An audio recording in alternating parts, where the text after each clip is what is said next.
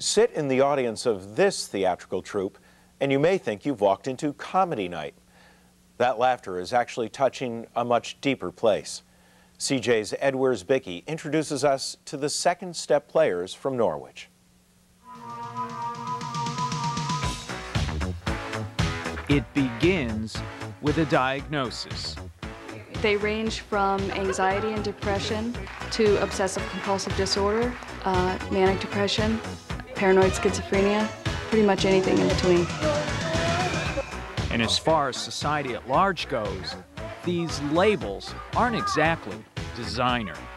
The first step after getting out of the hospital, after you've been institutionalized with a psychiatric illness, the first step is getting back into life.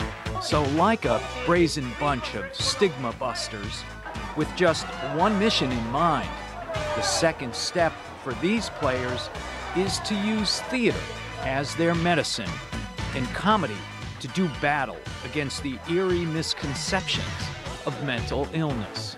The bottom line is that they make people think, they make people laugh, they reduce stigma, they increase public awareness, and they instill a message of hope and recovery.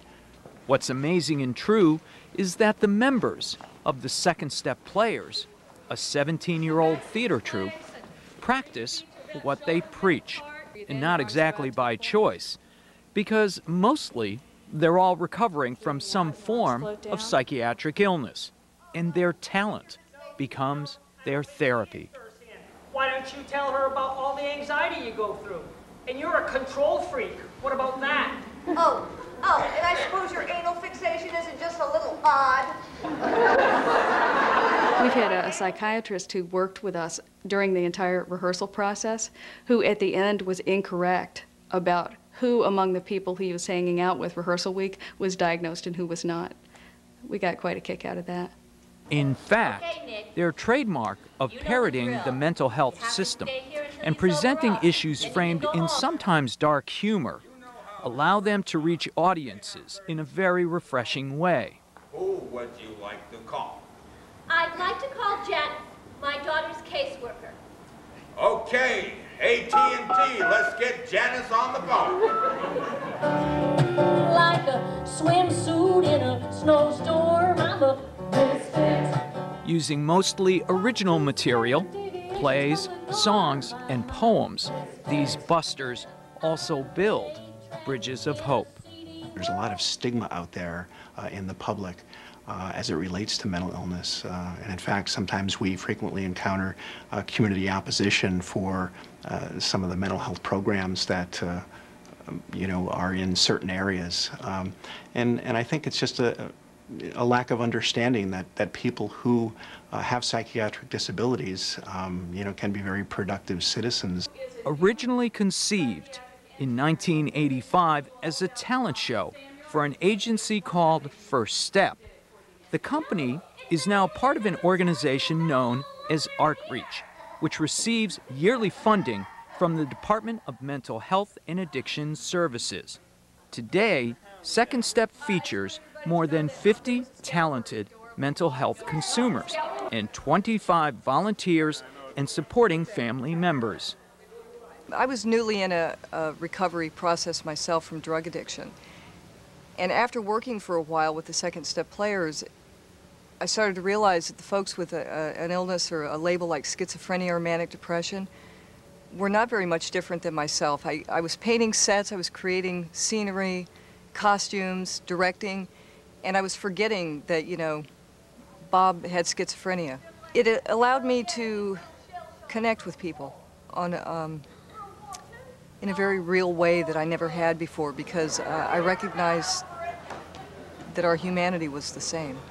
Recently, the company performed to sold-out crowds at the acclaimed Eugene O'Neill Theater Center in Waterford on its yearly pilgrimage that also kicks off each new touring season. It's a team. It works really as a team.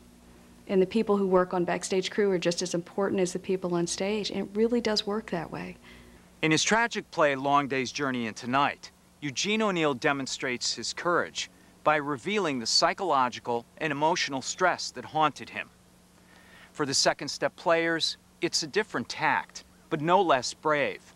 By using their unique brand of comedy, they bring us closer to the world of mental illness and the guts it takes to turn life around. I become sidetracked from things I should be doing. I sleep a lot.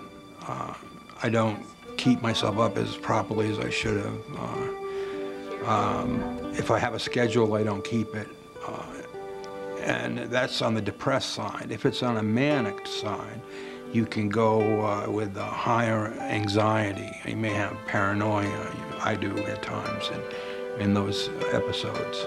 I was trying to recover, and I was having severe problems, and by fitting in with this group of people, I found that it was not only helping me, but I was able to do more and grow more. And so 7 years ago, I made a decision, and it was a very good decision in my life.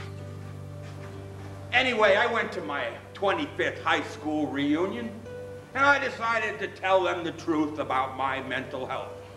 Was I brave, or was I stupid?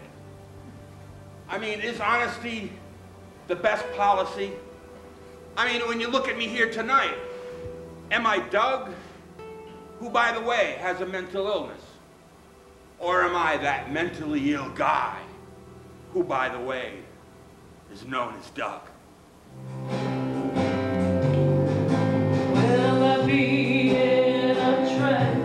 For Melanie Green, music and humor can create small personal miracles.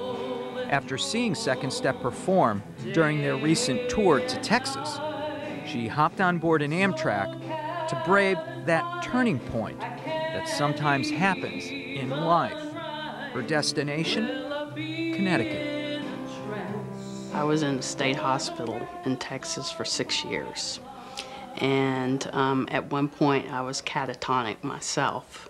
I was in a wheelchair and pretty much strapped into a wheelchair, and I didn't know what day it was, and they had me, you know, on IVs and NG tubes, and when I woke up, that's basically how I was.